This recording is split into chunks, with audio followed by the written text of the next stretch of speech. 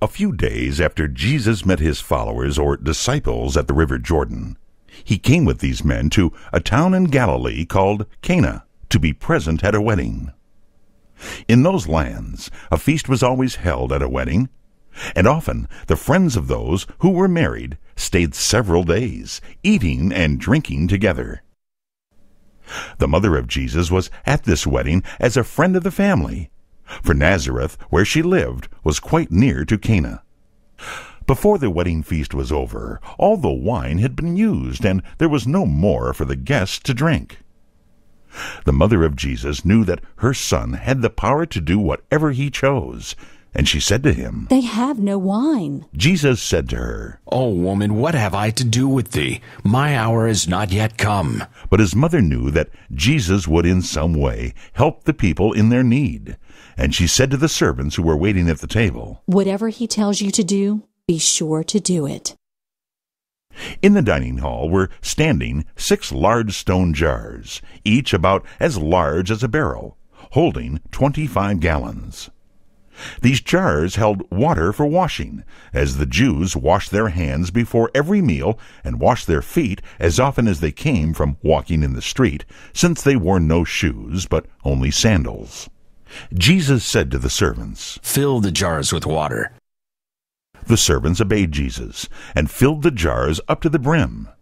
Then Jesus spoke to them again and said, "Now draw out some of the water and take it to the ruler of the feast." They drew out water from the jars and saw that it had been turned into wine. The ruler did not know from what place the wine had come, but he said to the young man who had just been married, the bridegroom, "At a feast, everybody gives his best wine at the beginning, and afterward, when his guests have drunk freely, he brings on wine that's not so good. But you have kept the good wine until now."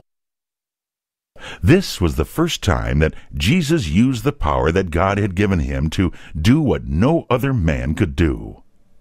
Such works as these were called miracles, and Jesus did them as signs of his power as the Son of God. When the disciples saw this miracle, they believed in Jesus more fully than before. After this, Jesus went with his mother and his younger brothers to a place called Capernaum, on the shore of the Sea of Galilee. But they stayed there only a few days, for the feast of the Passover was near, and Jesus went up to Jerusalem to attend it. You remember that the feast of the Passover was held every year to keep in mind how God had led the people of Israel out of Egypt long before. When Jesus came to Jerusalem, he found in the courts of the temple men who were selling oxen and sheep and doves for the sacrifices, and other men sitting at tables, changing the money of Jews who came from other lands into the money of Judea. All this made the courts around the temple seem like a market and not a place for the worship of God. Jesus picked up some cord and made from it a little whip.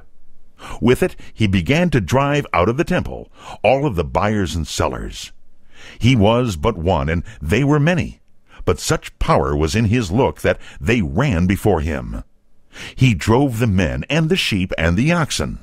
He overturned the tables and threw on the floor the money. And to those who were selling the doves, he said, "Take these things away! Make not my Father's house a house for selling and buying!" The acts of Jesus were not pleasing to the rulers of the Jews, for many of them were making money by the selling of sacrifices and changing of money. Some of the rulers came to Jesus and said to him, "What right have you to come here and do such things as these? What sign can you show that God has given to you power to rule in this place?" Jesus said to them, "I will give you a sign. Destroy this house of God, and in 3 days I will raise it up." Then said the Jews, "It has taken 46 years to build this temple, and it is not finished yet. Will you raise it up in 3 days?"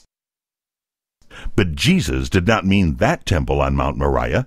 He was speaking of himself, for in him God was dwelling as in a temple, and he meant that when they should put him to death, he would rise again in 3 days. Afterward, when Jesus had died and risen again, his followers, the disciples, thought of what he had said and understood these words.